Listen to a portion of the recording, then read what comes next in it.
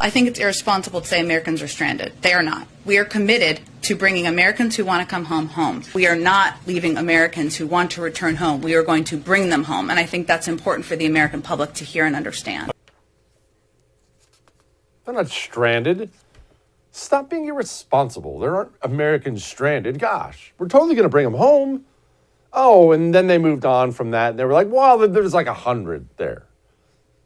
Okay. That's still a big deal. If there's one there that wants to come home and can't come home, that's a big deal. But okay, 100, let's get them out, except there aren't 100. That was 2 months ago.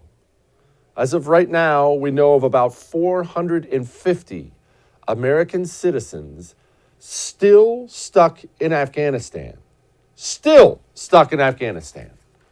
Now, I don't want to get on my soapbox here about something, but I will say this.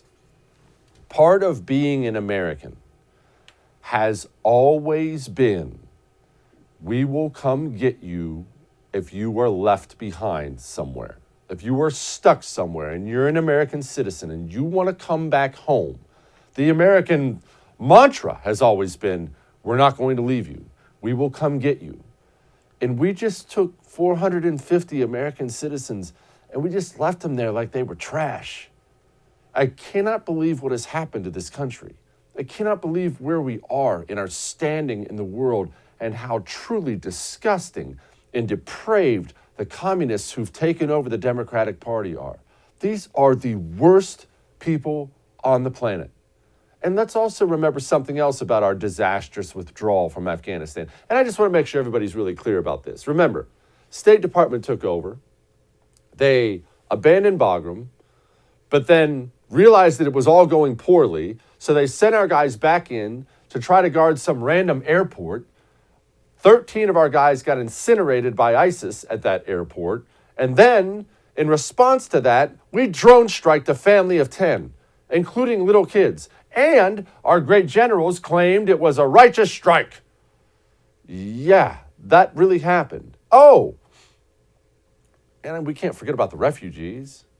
We can't forget about the refugees. You know, all those people. Remember, everybody on the left and 90% of the pundits and politicians on the right, when Afghanistan was crumbling, they all saw sad pictures on the internet. And what were you saying? We need to bring them here.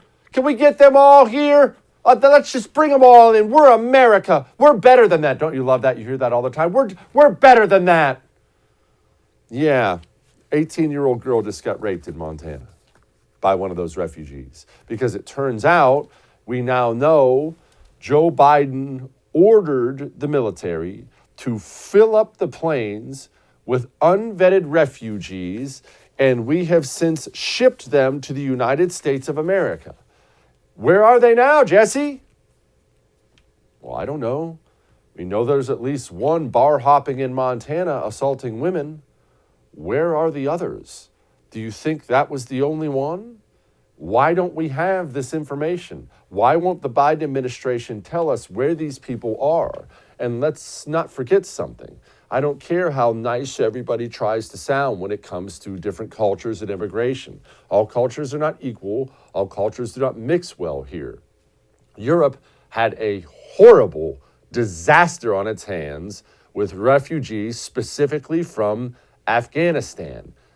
Assaults against their women, oftentimes gang assaults in horrible ways against their women, oftentimes took place by refugees from Afghanistan. We now have thousands and thousands and thousands of them here on order from the President of the United States of America. And we don't know where they are. Oh, and this little bit from the Undersecretary of Defense might be something we should also worry about. The current intelligence community's assessment is that ISIS-K could potentially develop a capability within 6 to 12 months, and that al-Qaeda could potentially develop that capability within 1 to 2 years. But it's precisely that threat that we need to remain vigilant against and disrupt. Oh, okay. ISIS and al-Qaeda, they're developing capabilities. We could have a strike here. Well, back to those refugees. Who got on those planes? I have a lot of friends in the military, some special forces guys, And they've told me several times, there are a lot of people on those planes that should not have been on those planes, and we knew it. And now they're here, and no one knows where they are. But that's okay. I mean, what's the worst that could happen? Hey, thanks so much for watching The First on YouTube. If you liked what you saw, go ahead and like and subscribe. You heard me. Like it, subscribe. You'll get a lot more of it and a lot more of me.